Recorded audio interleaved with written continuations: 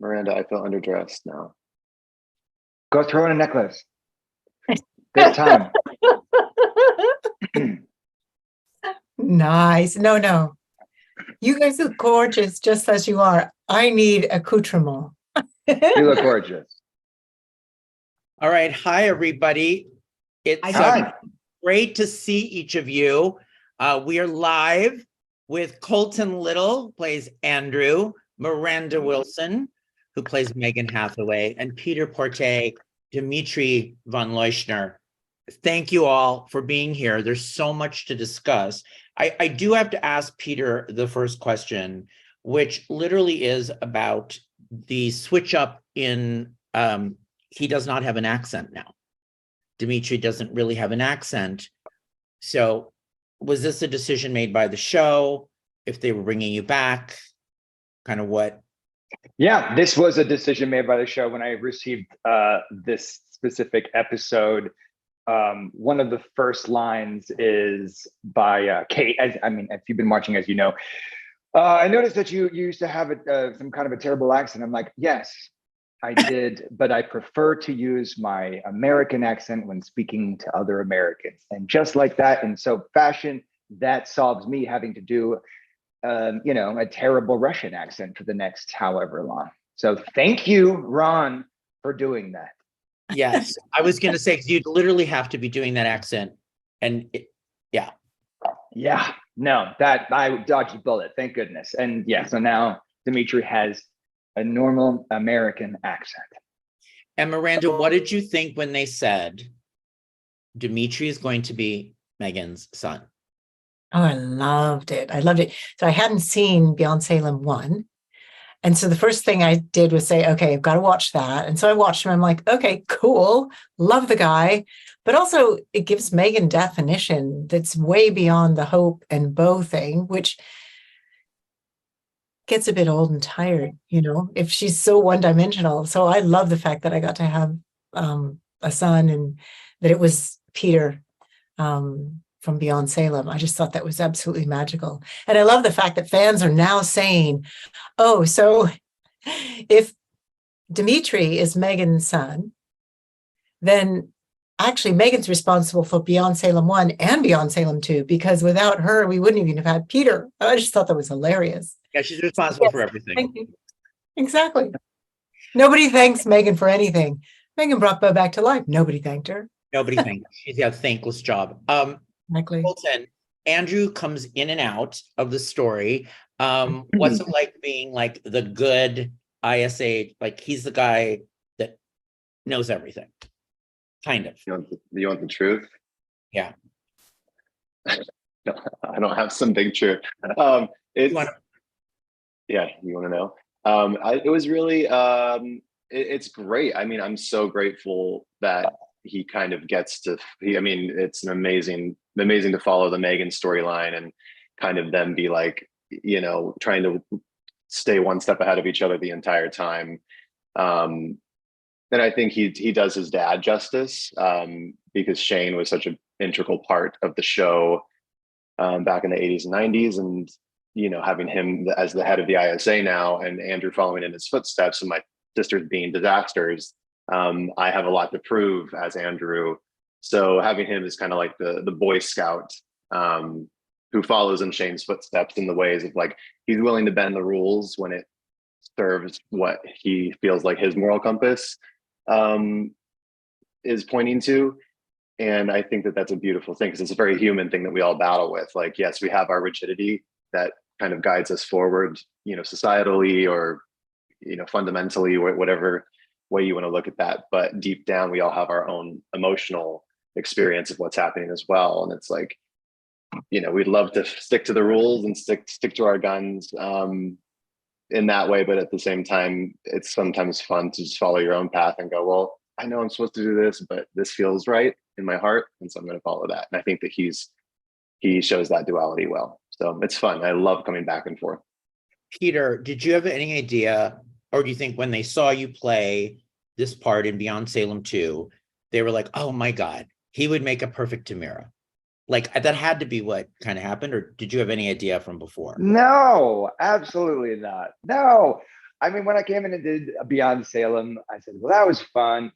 And then I got invited to the Emmys. And I was flattered and honored. And I thought, well, I gotta go. Because when am I gonna ever go to the daytime Emmys again? I'm probably never gonna do a soap again.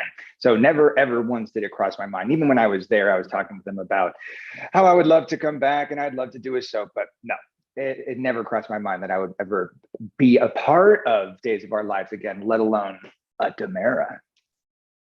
And then of course, Miranda, everything that's transpired, throwing back to the 80s and her back. And did you love your hair back then? In the 80s? Saying big hair. They were doing big hair memes, I tell you what, my hair was one of my favorite things about my character. And it was definitely one of the things that the fans loved beyond, really beyond understanding. I used to get fan mail about my hair. Love your hair. How can I have your hair? How do you do your hair? Tell me about your hair. So it was like, okay, my hair is this iconic thing that's almost beyond me. And I didn't have the length of hair when I came back to do anything remotely like that, but also because of the restrictions with the hair and makeup, I don't know if you know about that, but we had only 15 minutes with hair, 15 minutes with makeup. It was all about trying to keep people COVID safe and everything else. And they just couldn't do my hair into any justice whatsoever, because that hair, the curling and everything else, takes a lot of time and effort to keep it from being frizzy and just all over the place. So they had to make a choice to give me straight hair, which was easier to keep in order. And it's not my favorite look, but there we go. It's what I ended up with. What did you think when you got asked back, first of all, after all of these years? All of these years have gone by, and it's perfect because they need to keep adding to the DiMera family. That's what's so great about having you and Peter now, in the DiMera clan that we're seeing, because, they've lost a lot of people in the DiMeras. They've lost a lot of characters over the history of the show. So it really spices it up in a whole new way. Michael, when I went back to the 50th anniversary, and I assume you were there. I saw you there. Yes. Saw you there. That was the last time I saw you in person. Yeah, that's what I thought. So when I went back, that's when everything started with the fans and the sort of like, are you coming back? Why are you here? Are you going to come? That'd be great. And prior to that, I just sort of thought, well, that's never going to happen. It never occurred to me, much like Peter, but even in a more larger time gap. So it was only because the fans seemed to remember the character and want her back that I thought, oh, this might be interesting. And so I just started playing along because, of course, I'd love to come back, but it never materialized. So by the time they finally asked me to come back, I was so far out of the idea and so far beyond even thinking about it that it was a very pleasant surprise. And when my agent said, do you really want to come back for this? I'm like, yes, of course I do.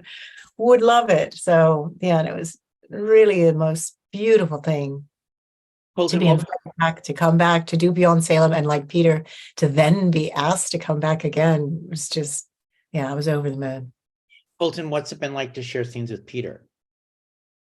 We haven't. I was going to say, there has been no scenes. No. We've talked. I've talked. I know there's been the kidnapping, all that, so there hasn't. Okay. Yeah, we do that great soap thing where we're like, hi, goodbye. We mention each other a lot, and we mention, I mentioned my dad, but I've never met Charles Shaughnessy. I mention everybody. And I know Colton outside of the show, and I would love to do a scene together, but no, it hasn't come to fruition yet. So you just had him kidnapped, and that's it. Yeah, very rude. I'm sorry. I said I'm sorry. I will say it was funny because a while ago, Peter was there filming, and I was filming when we were on the same stage, and they were setting up their scene on the other end of the soundstage, and then it was me and Christopher Sean on the opposite end of the soundstage. And I remember I was like yelling at him. I was like, "Watch and learn," and like, and we were like ping ponging, and the crew was like, "What's I mean?" So I love that energy back and forth, even like seeing each other between takes and stuff like that. Peter, what is the best part now of being a DiMera? Getting to live in the mansion, duh. That's, no, it's because I get to work with, the other DiMeras. Yeah. So I get to work with Billy, and I get to work with Mom, and I get to work with Stacy, who plays Kristen. Oh yeah, Kristen.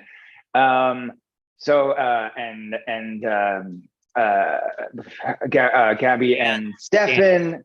Yeah, so it's great because I just love all those actors, and now I have an excuse to run into them in the halls all the time. And I feel like, all these doors and walls are so thin, you can't help but pick up on secrets and get put into different interesting, salacious storylines by getting to live in the mansion. I guess that's the best part. Will we see a lot of mom-son scenes coming up and plotting? Will they be plotting together? Because that's what we all want to see, is the two of you plot. Oh, rest assured, plotting there shall be. There's a lot of plotting. We spend months probably working out a pretty complicated plan. Right. And twisting your mustaches, twisting and twisting and twisting.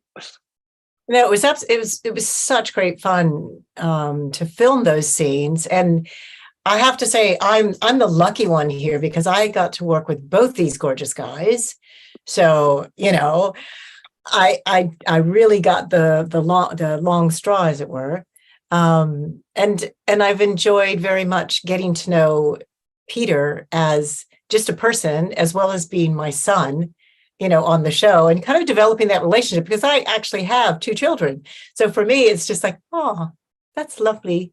I got to go back to being a mother. And it was great. Tyson, who's with us in the chat, said, does that make Megan the mastermind of his actions in chapter 1? She's talking about, for Miranda and Peter, how long have you known Dimitri was Megan's son? And does that make Megan the mastermind of his actions in chapter 1? Love having you back. Chapter 2, right? Tyson asks this. Tyson, I would say that we know this information about a week before you do. We only get the scripts on the Wednesday before, and then we shoot it the following week. And so I knew that I knew that there was a reason that I was holding Kate hostage, but I didn't know why until I was in the interrogation room and I let that secret slip, which I think happened just recently, if not yesterday. Did that answer the question? Well, I think that I could add to it. That was a beautiful answer, because it's absolutely what we deal with as the actors. Yeah. It's like, we don't know. I didn't know that I had a son until it was sprung on me. It's like, oh, okay, then that's what I've been doing for the last 38 years. But also, I don't think that we need to say that Megan was the mastermind of Beyond Salem 1. And I believe that's what the question was asking. Was Megan the mastermind behind the actions that occurred in Beyond Salem 1? In other words, the whole Phoenix thing. And not necessarily, it doesn't matter. I think it's fair to say that Dimitri's a grown man and probably has his own mustache twisting to be doing out there without Megan being involved. I just think that what's going to be coming up now is a beautiful relationship between the two, and there is an element of Megan masterminding it in this case, but on the other hand, then Dimitri comes in and does his thing and gives his flavor and makes it a completely different version of what Megan would have seen. So yeah. At the heart of it, Dimitri will do anything for his mother. Anything. So isn't that sweet? That's sweet. I'm just, I don't know if people get killed, but what was it like, Peter, working with Lauren Koslow in those scenes. You had not worked with her before, obviously. No, I hadn't. It was great. I mean, she's such a pro. She's a lifer on the show. She's so beautiful. When I read the script and they were like, oh, and and then he invites her to dinner. I said, of course he does. And of course he happens to have, a dress on board and jewelry in her size. And then when I saw the dress that day, I'm like, wow. I mean, she's so hot. She's so beautiful. So it was very fun, and she's game for anything.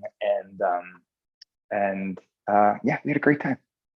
Cool. Wait, one more thing. I didn't realize this, but that I love that they do this on the show, is that they will they'll do these throwback scenes from things that happened so long. She was telling me that the first time that she was introduced on the show was on a fishing boat. Yes. Where she was gutting fish. Yes. So what a fun full circle that must have been. And it was cool to be a part of that. To your point, they do a lot of that on days. That's really fun. They'll do a nod to the past and bring it to now. It's really clever. Colton, they're asking, Wilson Rob Ron is asking, if I can ask Colton, how is it playing the Andrew and Paul love story? Love you, Colton. Oh, I love you as well. Thanks for watching.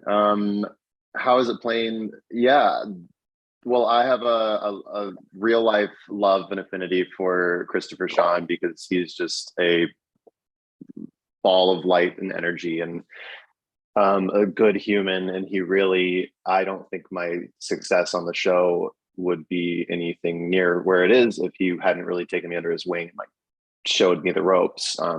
He taught me, how to stand in certain ways and how to not block people's light and how camera choreography works. He really, he schooled me in the best way possible within that first week of filming together. So much kudos and love to him for that. And he treats everyone with so much respect. So, I mean, getting to play opposite someone like that and as a love interest is a treat and a joy. And I think it's just really sweet, because a lot of it is happening off screen. And I know that the fans have expressed that they want to see it on screen. And, sometimes real life responsibilities and things get in the way of us being able to be on the show full time. So I think that there's some good stuff coming up with Andrew and Paul, and stay tuned, but it's a joy. Peter, the soap after show is asking, what does Peter enjoy the most about being part of Days? What do you enjoy the most so far being part of the cast? I would probably say the people. I have got to reconnect with people that I'd worked with on Young and the Restless, and then a brand new crop of people. And since I'm sure that remind me of who asked the question? Person was the soap after show. The soap after show, probably. Probably, it sounds like he or she has an idea as to the pace at which this show works. So you're thrown into these highly intimate environments and experiences with people, and there is such a strong sense of community amongst the cast and crew to accomplish what we have to do, which is now 9.5 episodes a week. Most television shows have a week and a half to accomplish one episode. So we're in the trenches, and the best part and the most rewarding part is getting to work with these people. I mean, I was so happy that Peter, I loved Peter and Young and the Restless years ago because he was so crazy on that show. I mean, the character was bad and crazy. Bad, but he plays bad so well. So then when I got to see you get to play bad, I'm like, great. He does it so well. So I was glad that they figured that out and then developed this character for you. I think it's great. I've always thought he's great. I just wanted to throw in here. I have been thoroughly enjoying the last couple of shows with you, Peter. I've been giggling out loud as I'm watching, and then just really enjoying who your character is, because when we were working together, it was like I saw you as my son, but now I'm watching you going, that's hilarious. He is a fantastic villain. I love it. Oh, good. I can say that. I can say that for both of you, of working with you, Miranda, but also then knowing you, Peter, outside of the show, like, but watching, it's kind of like, I guess the way to relate it to the world outside of TV and entertainment would be like, if you got to see your coworkers every day get like employee of the month, like put on a plaque on the wall, like you get to see your co-workers and people that you know and people that you celebrate, like getting to be shown and getting to be celebrated every single day on TV. And so it's cool because like to watch both of you, you both like just use the words so well, and like it's so entertaining. They eat the words, they play the words. Like yeah, they, I said in an interview, right? Yeah. Miranda said, I said something about how she choose the words, and they're like, you mean in a good way? And I was like, yes, in a good way. Like, I mean, like it's like you can tell she's like, they're delicious. Yeah.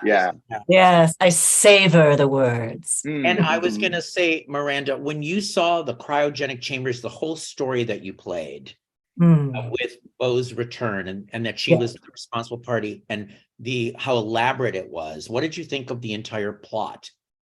Like, what did you think of taping it, being in it? Was it hard? What did you go through? Okay. I loved it. I absolutely loved it. And even just as early as Beyond Salem 2, as soon as I saw it, I just thought, this is juicy and fun. I hope they do something more with this.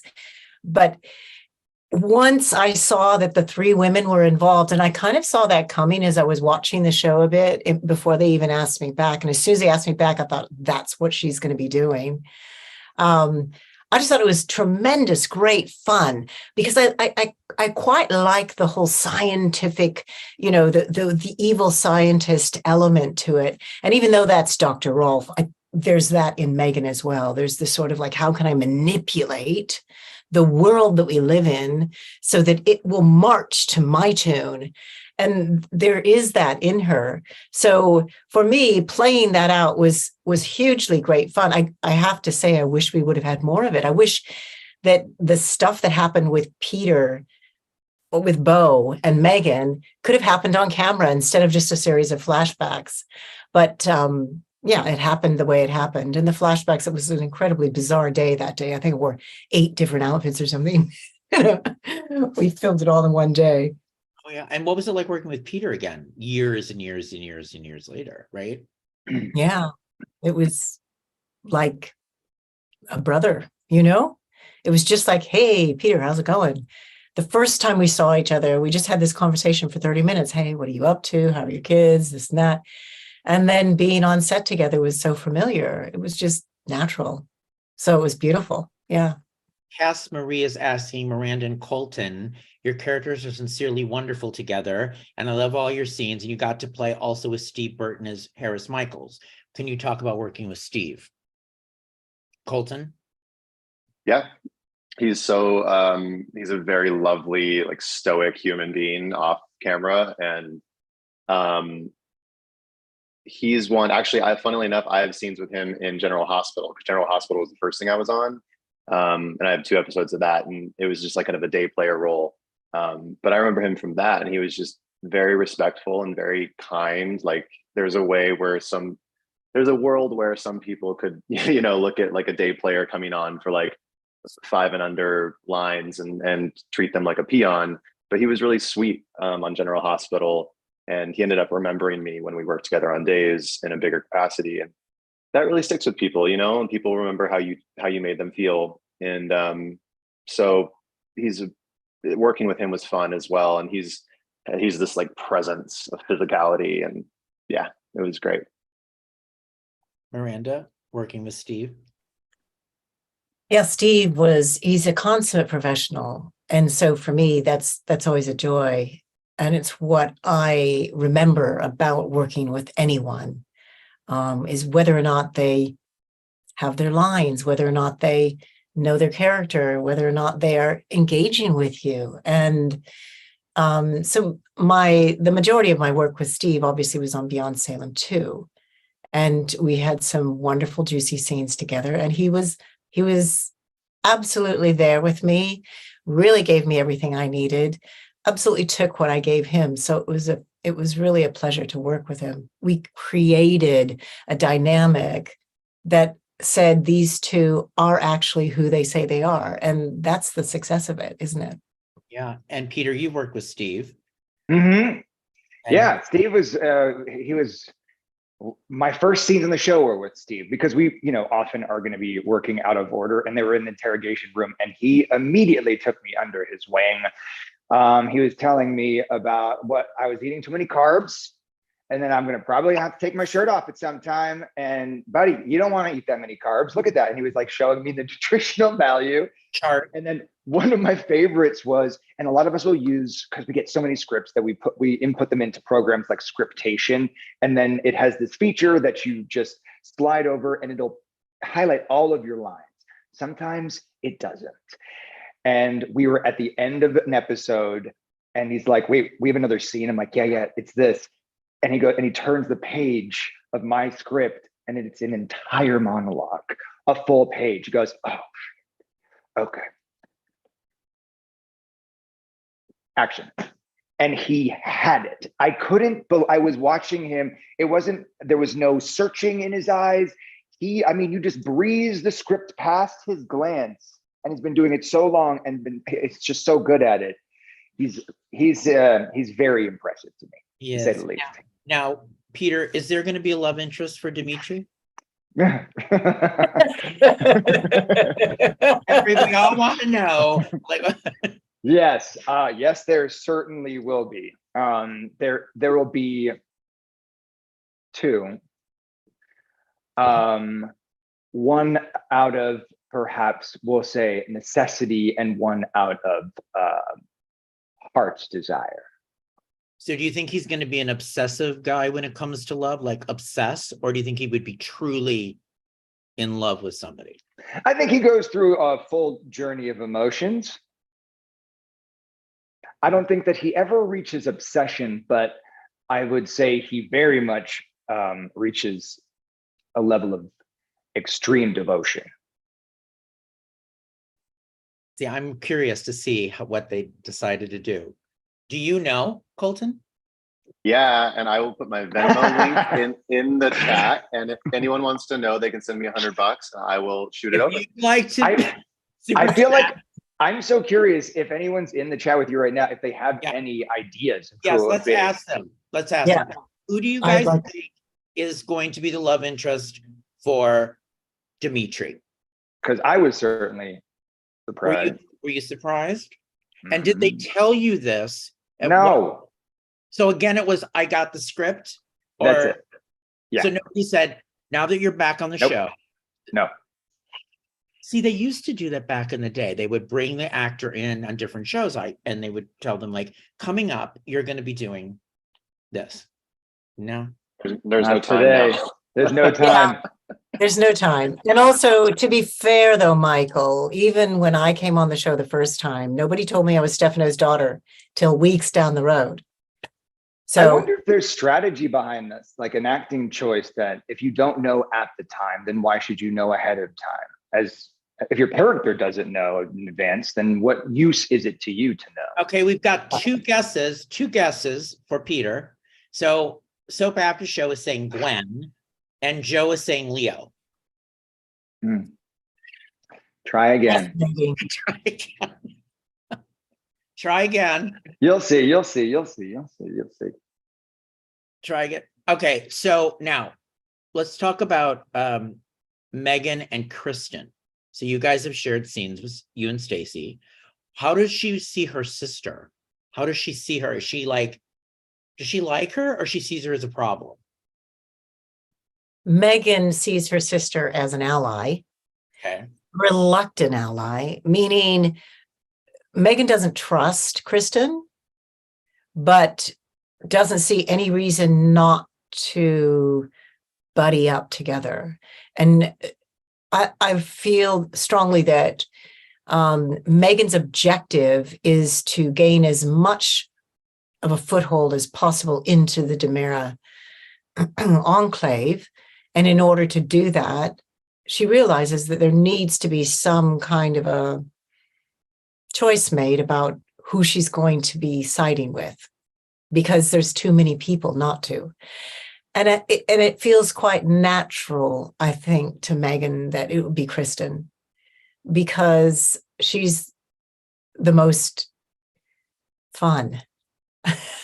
Now, Megan's not a character who goes out looking for fun in the sense of let's go party, but Megan's a character who loves to have lots of drama going on around her and stand there and pull the strings and watch it all happen and unfold. And Kristen's the perfect person to work with for that.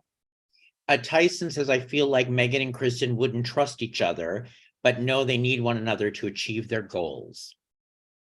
Yes. And I think there's a lot of that in human nature in any case. It's just that Megan and Kristen are more transparent than most people. They kind of wear themselves on their sleeves, so to speak. So no, they don't trust each other. But on the other hand, they know that they'll see through each other. So they do trust each other. You see what I mean? Yes. Now we've got a guess for Peter. Tyson is saying the love interest is Sloane. They're all really good guesses. Jimmy is saying Gwen again. I mean, I can't tell you. I can't actually tell you. But these are all very good But guesses. you asked us to. I know. I just wanted to hear for myself. I'm sorry, I'm being selfish. This is the best acting you've ever done, Peter. Best acting. Right now. You're just like, mm-hmm. So Colton, you So- got to be part of, you're the Donovan, Andrew's the Donovan, which is great. I hope that there would be a chance to really explore that more with dad and family and stuff. Okay. I mean, I didn't know it was that kind of a live. No, stream. I'm sorry. I got hot. I was so hot. It is. I didn't tell you. Didn't tell you, Colton. It is. Your I turn. mean, we started talking about the love Your turn, interest. we're all- I got. Well, here we are. What is it? Friday? It's Friday. Okay. It's Friday Memorial Day and we're having a party. Okay, go ahead. Donovan, being a Donovan. Yeah. I think I can say this safely. I don't know ever what I'm allowed to say or not to say. So I usually just err on the side of just not saying anything.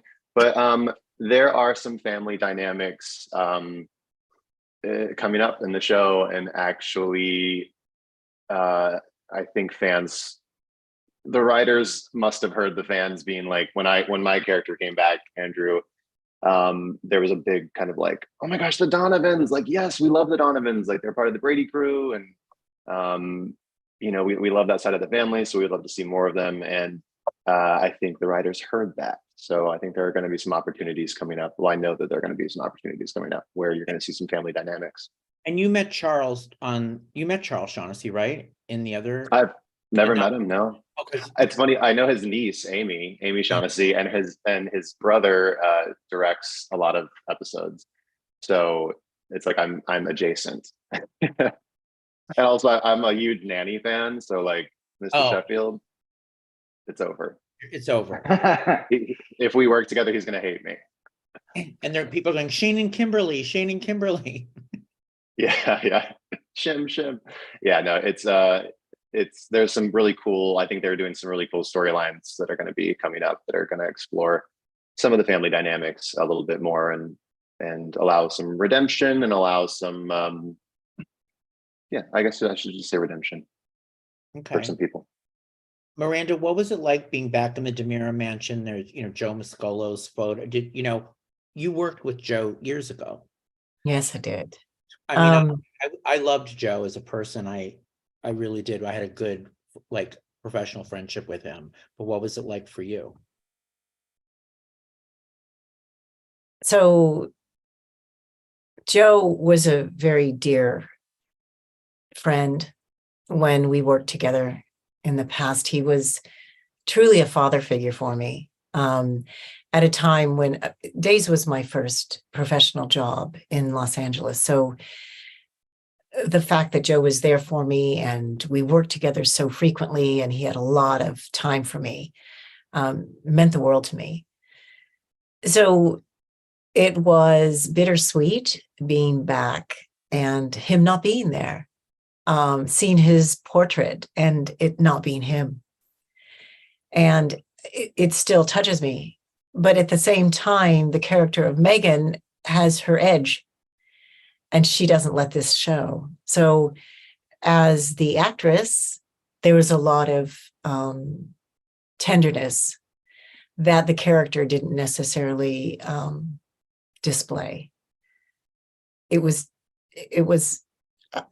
the whole being back thing was amazing.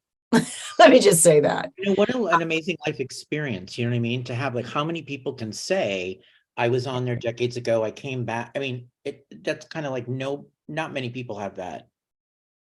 Absolutely. And that's why I'm saying the entire experience, I can take it apart bit by bit and say, this was great for that reason, and that was great for the other reason. But as you say, it's been nearly 4 decades since I played this character. And the sort of life overview aspect of it I can't even express how massive it was for me, how phenomenal the movements within my own body, the difference between who I was then, who I am now, who that character was then, who that character is now. It couldn't be more of a Grand Canyon between the two. And so I feel like I've been given the most incredible gift of maybe re-imprinting is a good word, that whatever it was that I was doing back then and whoever I was back then, it's like I got to come back and say, no, this is truer. This is deeper. This is more real. And it's a gift to me, therefore it's a gift to everybody else. And I was in so much joy playing that character that I can't imagine that the audience doesn't feel that. Joe was always so great when I would come to the studio and to his dressing room, because he had the dressing room in the back, the big dressing room in the back. Yeah. And I remember sitting down with him, he'd always laugh. He'd go, who let you in here? And then we would like sit and he would laugh with the biggest hugs and the biggest heart. And I just adored him. He was just a great guy. And I wish you would have known him, Peter, too, being a DiMera. I mean, he was just a great guy, great man. Mhm. What do you remember when you did Beyond Salem, Peter? And you No. No, go ahead. Sorry. You remember when you did, and you had to say, I'm Dimitri von, like the switch up of Kyle to Dimitri and announce that? Did you not laugh? Did you have to do that over again? Or were you able to? No, it was, I don't know how we got through that. It was a one take. Right before I had the rehearsal. First of all, I'm walking into a room with John Black, who's played by yes, and Mr. Sheffield and Deirdre Hall, and like, so we have all these big stars of the show, and me, who has barely been on it for a couple episodes. And then I get through my monologue in the rehearsal, and then Lucy, who is our one of our directors, she comes up to me and goes, "It's not Alaminia, it's Alamanian." And I'm like, "I have learned it that way, so it is now Alaminia." She says, "I'm afraid it's not been that for the last 58 years, so you might have to readjust." And so I was terrified of screwing it all up. But yeah, no, I think that's why I wasn't laughing, because I was so terrified of screwing up that pages long monologue with an Eastern European shitty accent. So right, I just didn't laugh. It was such a soapy moment, right? Oh my gosh, the most. Joe asks, Dimitri reminds me of Anthony Perkins' character in Psycho. Did Peter use that when creating the character? Sure did. When I talk about mommy dearest, yep. What do you think of that, Miranda? No, in the best possible way. You know, I just think that between Dimitri and Megan, there is this amazing bond of absolute mother-son that is so beautiful, and yet at the same time, the wicked evil element just makes it seem creepy. But it's so beautiful. Yeah, it's so beautiful. Now, do we know who? Now, of course, who's the dad? Right? We don't know who the dad is. The daddy. So who's the daddy is another question for everybody. Who's the daddy? Who's the biological father? Do you guys know or have any ideas? She knows. Peter knows. Yeah. I mean, he certainly has a first and a name and a title, but I don't know if we've met him yet. Colton, do you know? Okay. Nope. I'm actually terrible at the lineage stuff. Anytime anyone's asking me anything about lineage on these shows, I'm like, I don't think he, sorry. Oh, you're good. No, I'm doing a bit. I don't believe that he's been on the show. I don't believe he's been on the show. No. But he has a name, as Peter said, and a title. It's a real name and a title. Okay, has a name and a title. Okay. Well, Not yet. yeah. So this means that you've got lots of story, Peter.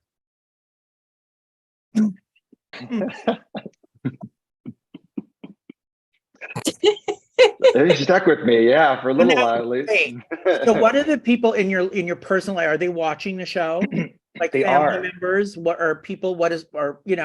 Yeah, my mom and my sister in Florida, in Sarasota, Florida, they're like, can you please get me your episodes? But I don't figure it out. Do they line up in a specific way? I'm like, this seems like a lot of work. Just YouTube it. Does anyone else know? I'm actually asking. How do I like find You're out? asking about your particular scenes or where the Yeah, episodes are streaming like on Peacock? where I know the episode. I know the episodes are streaming on Peacock. I mean, like, so we have numbers associated with our episodes, but if you look up that number on Peacock, it's not going to correlate, right? Oh, just to go on to your this is like inside baseball talk now. Oh yeah, let's do it. I'm like, so there's a guy standing under a bridge. You know the guy in Burbank? So you go onto your call sheet. I think it's your call sheet. And on the top, it'll say like airing X date. Episode 1326, whatever, right? But I think it even says like episode, like season episode airing this date. Oh, amazing. Oh, that's great. On My mom and sister are going to be very appreciative of that. Thank you. I can send you a list, Peter. I can send you a list of the dates that all of our episodes air. Oh, incredible. Oh, wow. You guys are the best. Thank you. Figure this out for mom and for Yeah. Yeah. I'm grateful for Beyond Salem because a lot of my friends are like, I've never watched a daytime show and I don't know how to get like caught up, because it's kind of one of those things like I don't watch professional sports because I don't know where to begin. Right. Even dissect. I know how to play baseball, I know how to play basketball. I don't even know where to begin with like the statistics and this person's being traded and all that stuff. It's so massive. And so like the idea of like entering a daytime show, just like cold turkey, like jumping right in, that's the wrong analogy, is so insane to a lot of people and daunting. And so Beyond Salem's a gift, because if you want to start anywhere, I always tell people, like for you, Peter, you could say watch Beyond Salem 1, Beyond Salem 2 for me and Miranda, and it gives you a good like intro to the characters and sort of like a one-off story that they can follow. And gone are the days when people can just tune in and the same plot is happening that happened like 6 months ago. It moves so fast on this show. They clip this plot along. Well, that was what was good about this plot with you guys. Like it moved. And it's so much better when it moves, because a lot of times on shows, they spend the first 8 minutes, they're saying what happened yesterday, which they have to edit. But this moved along in your story. So I remember at times I'd be like, oh, I just want to get to their story, because it felt something was going to happen each time. Yeah. And that doesn't always happen on a soap, right? And I think now in the world we live in, things do need to move faster. Yeah, we have no patience. Nobody has patience anymore. It's like, let's go. Let's look on our phone. Let's go. You know, if you bog me down, people are like, they're out. Their attention spans are just not like, I think. And I think our writers know that, because they're writing to that. Things move along very quickly. And there's some stuff that's still happening, because I know that there was like a discussion online. I love to play a little like spy on Twitter sometimes. We're watching. and sometimes the fans will be talking about, like, I remember when it was like Beyond Salem 3, they were calling it, with the continuation of the Megan storyline into the mothership show. And there was a lot of people who like the stuff that was happening back in Salem versus the stuff that was happening in Greece, and like kind of the ping pong between the two. And I think that they've done this really cool thing where now they sort of, because that was a lot of action. And I think for a lot of people that, because that held their attention, this like great action story that's happening where there's like guns and chasing and, you know, people being kidnapped and and that they've done this really cool thing now where they've sort of brought it into the mothership in a nice way. They've like blended it in, and you know, obviously your characters are now in that world and implanted in. Yeah, I think that's a good. I like that they've finally sort of joined those worlds, so it doesn't feel like two different tones. In a thoughtful way that doesn't feel jammed in. No, Yeah. it felt like it was integrated well into it. Yeah. And, you know, I was going to ask, do you remember your audition for Days, Miranda? Did you audition years ago? I didn't audition this time. I know. Clearly. I'm saying years the first time. I know they. Yes, I do. I do. And again, it was my first professional audition, so it is etched in my mind. And I think the beautiful element about that is I had a script, and I'm sure you, Michael, remember the storyline with Megan showing up in town and Bo saying, wow, and they used to be high school lovers, but they each one thought that the other one left. So the scene that I read for my audition was in that when we were talking to each other about, I thought you left me, you thought I left you, etc. And then, so you didn't know that I had your baby, Bo. So that was my audition scene. And then unbeknownst to me, Shelley Curtis, who was the mastermind behind Bo and Hope, had whispered in Peter's ear at the end of the scene. Pss, pss, pss, pss, pss. I didn't know anything. So we read the scene, we did it. And then he takes me in his arms and kisses me. That wasn't in the scene. That's what she had whispered. And it was a surprise, but it was beautiful. And I kind of went, and the way that I reacted was just, and Shelley came running downstairs from the booth and said, that was amazing. Thank you so much. That was really beautiful. Super glad to have you here. And I kind of went, I think I aced that. So it has lived within my reality forever, actually. Oh, nice. Peter, what happened when you got this part? How did it come about? I feel like I've been auditioning for Marnie, our head of casting, for decades. I auditioned for Leo. I tested for EJ. They saw that I wasn't very good with accents, so they didn't give me EJ, but gave me Demetrius instead. But it was simply out of the blue. I was in Cabo at a friend's 50th birthday, and I was on the beach, and I got a call saying, "There's interest in you for some kind of a spin-off.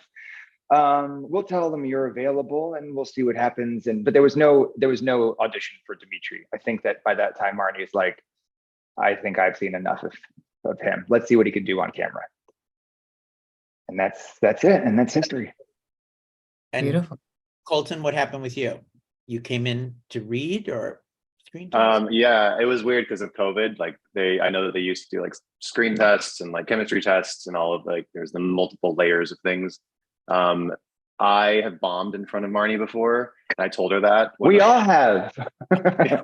But when as an actor, you're always like, it's like walking into a job interview and your pants fall down. You're like, you just think everything's over, and you're like, well, they'll never call me back for this. And the first time I auditioned for Marnie, I remember shaking, like I had the sides in my hand, and I was like, and my voice, I was terrified.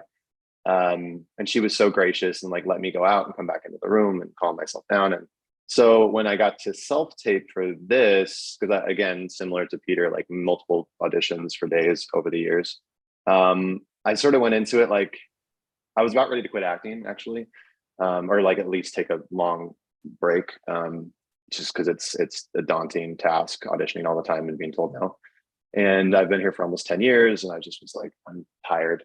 And I went into this doing this tape just being like, I'm just going to do it. I'm going to hire a self-taping service. I'm just going to be completely raw and do it exactly how I want to do it. And I knew it was a gay character, which I was very excited about.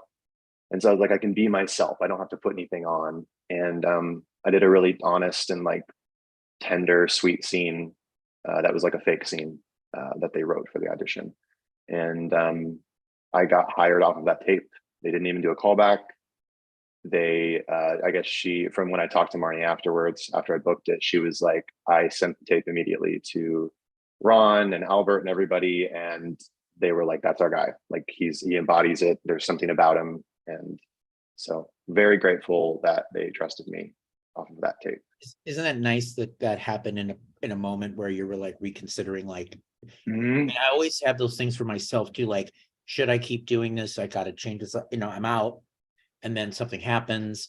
It's just the way things are, right? It's like, Yeah. I think Do you know a the lot lovely thing as well, though, hearing that story, Colton, I have to say that you also play the hard, so to speak, investigator, ISA agent. So you gave them that tenderness, which I'm sure was beautiful knowing you as I do. And then you have that really strong, hard-edged character that's like, don't mess with me. And it's beautiful that you get to do both of those, and you do them so well. I love it. That's a huge compliment coming from you. But thanks. No, seriously. I enjoyed all of our scenes together. Oh yeah, no, the interrogation scene where we were in the prison room, that was that was like a dream. I was like, I want one where I can be like, you can't handle the truth, like something like, I wanted that for myself. We got it. Mysterio asked, if Peter was eyed for Batman or Superman, which character do you think you would do more justice to? And the same question for Colton. Superman or Batman? What do you think you could play? You first, Peter. Oh, I thought this was for Miranda. And then she's gonna have to do us both. So who plays Superman? Who plays Batman? Great. That's a really, really good question. Shall I do that first? Yeah. And for yourself as well. Okay, and for yourself, Miranda. Batman. Okay, so I would say Batman is Peter and Superman is Colton. That's how I would put it. That's how I see it too. I see it that way too. If I was going to be Superman or Batman, it's a tough one. I kind of want to be Superman, but I don't know if I'd qualify. I don't think I'd be very good as Clark Kent. You'd be, I instantly see Catwoman, but that's because you do that. You do the, like, she does like Eartha Kitt, choose the words, makes the meal, delicious meal. Definitely Catwoman.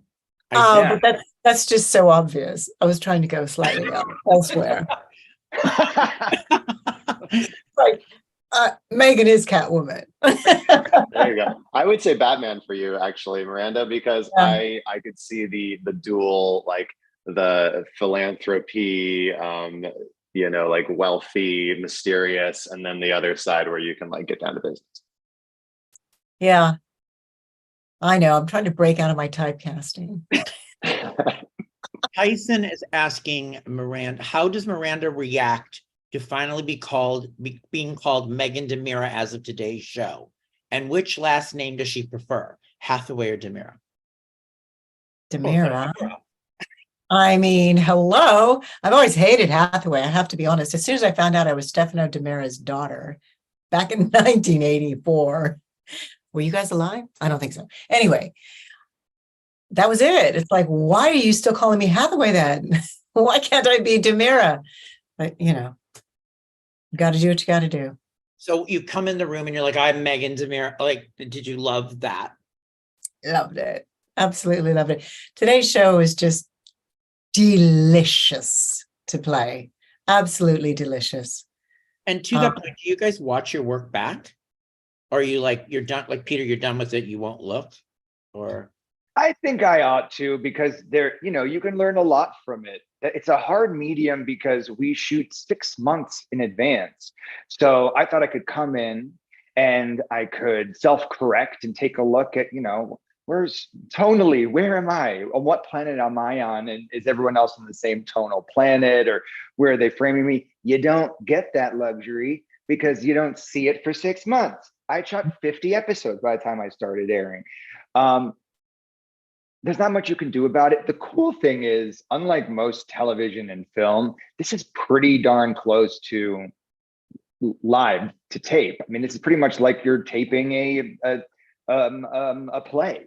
So what we are doing, what I'm trying to say is, often they'll say that a film and TV is an editor's medium, stage production is an actor's medium. This, I think, is closer to an actor's medium because they're not picking from a bunch of different things. What you see is what we taped in that specific tape. Where did I go on that tangent? What was the question? Do I watch it? No, not yet. Do you watch your work? Do you watch your work? Not yet. Not as of yet. Is that true in anything or just this particular show? Lately, sometimes I've done a lot of Christmas movies, and Catching in December. Yeah, I saw that. I did watch that one, and I enjoyed watching that. I don't know. Yeah, sometimes I'll put those on in the background for the holidays. Okay, Colton, will you watch your work? Absolutely, all the time. I've worked too hard and too long for so many years to not be like, every time an episode's on that I know I'm on, and click it on and just be like, because also I and aside from the narcissistic tendency of what somebody could imagine just watching yourself on TV is like, I'm really critical, and I learn you're watching your isms, and like Peter's saying, you have no time to be precious about your work. So like, I notice there's some physicality things that I do that I'm like, why do I do that? Where does that come from? Why am I holding tension there? Why does my voice do that? I find it entertaining. I find it it's a really cool way to learn about yourself in pro. So I look at it more like that. I wish that we could watch monitor playback. When I've done some movies and stuff, and I find that I learn best in the moment when I do a scene and they go, can I watch that back? And then watch it and go, oh, I know what I need to adjust now. Yeah. But there's a beauty to letting go of it as well. Miranda, what about you? Do you watch yourself? I do. I always have. And much like both of these gentlemen have said, watching myself is an opportunity to learn. That is how I learned in the beginning. Because my first episodes as Megan, I was not good. Let's just put it that way. I was horrified when I saw it. And so then I started toning down, I started tweaking, I started learning camera angles, everything. So it's very, very important to learn the craft. And again, it was easier back in the day when we taped and then 2 weeks later I aired. In this case, I wish that I had seen the early episodes that I did on the mothership. There would have been some alterations in how I played that, but it was fine. And now I'm watching, even though I'm not then turning around and going back to work on the set, I'm watching because I want to keep up with what the fans are seeing. It's a very different world having social media. We didn't have social media. We had handwritten fan letters, and they came through the post, through the mail. Now you've got social media. It's absolutely instant. In fact, they know stuff is happening before I have seen it. I know it's coming because I've got it written down, but how did they find out? I don't understand all of these spoilers. It quite shocks me. But so I want to keep up. I want to see what they've seen, because then they're commenting, then I can comment back, or I can know what's going on. Or in certain cases to say, hey guys, don't miss this show. This is a good one you're going to want to see. So yeah, I'll watch. As we wrap up, Peter, what could you just tease? What can you tease without giving anything away? What's coming up? He's going to, She just got to the DiMera mansion. Oh, that's first one where I'm home. That's what just aired today. Okay, great. Wait, Well, there's me. you're home. You came in. Who are you pointing at? This is Hollywood Squares. This way. I was pointing at Miranda. Because you Oh. said that today's episode, right? She says Yeah. she's meeting DiMera. Right. But Peter, you haven't shown up yet at the mansion. You haven't Not shown yet. up at the mansion yet. Gotcha. Well, then I can tease. I will be showing up at the mansion. No, I can tease that Mother and I are going to be scheming. There's going to be money involved. There's going to be power involved. There's going to be hearts involved. And there are going to be innocence lost. And some really fantastic characters outside of the DiMera family are going to come into our circle and deeply entrenched in my storyline. Now, do you get to mix it up with Billy Flynn? Do you guys have scenes? We do. Okay. All right, Miranda, what can you tease coming up? She's at the mansion. She's at the mansion. She has her heart set on gaining as much control and power and ground as she can possibly get. And she, as Megan always does, has a plan. And that plan is certainly intertwined with Dimitri. And again, people inside and outside of the mansion will either fall prey to or benefit from the plans that they are cooking up together. Colton, if you were to come back, if you're coming back to show, tell me what you would like to have happen for Andrew. What's the story? I don't know. So let's give Okay. I feel like I'm on like a Marvel universe panel of I can't answer the questions, right? I am coming back to the show. I can confirm that. I think it's no secret that I've been filming on and off. Like I said, family dynamics I think are going to be explored with the Donovans. There is going to be Dick Van Dyke. I can say that freely, which is very exciting. And then like obviously some love with Paul and Andrew. You know, continue the little Pandrew romance continues. You know? You worked with Dick Van Dyke? Yes. Yes. And how was he to work with? He's so sweet. Yeah, I did work with him. No spoilers, but fun fact, I used to perform at Disney in Tokyo and Florida, and I have a special connection with Bert from Mary Poppins. I'll just say that. And so it was really cool and full circle for me to go from a park performer with Disney and having a connection to the Mary Poppins story to getting to actually be in a room with Dick Van Dyke and act opposite him. Amazing. They're really pushing before we go. They want Dimitri and Leo together. Oh, man, you should talk to the writers about that. Okay. All right. It's great to see all of you. Thank you so much. Likewise, thank you. Thank you, Michael. Good to see you all. Yes, nice to see Yeah, you. you guys Thank as you, well. Miranda. Thank Such you. a pleasure. Watch them all on Days of Our Lives streaming on Peacock. All right, guys, have a great Memorial Day weekend. Bye, everyone. Thanks for tuning in. You guys. Thank you. Bye. YouTube page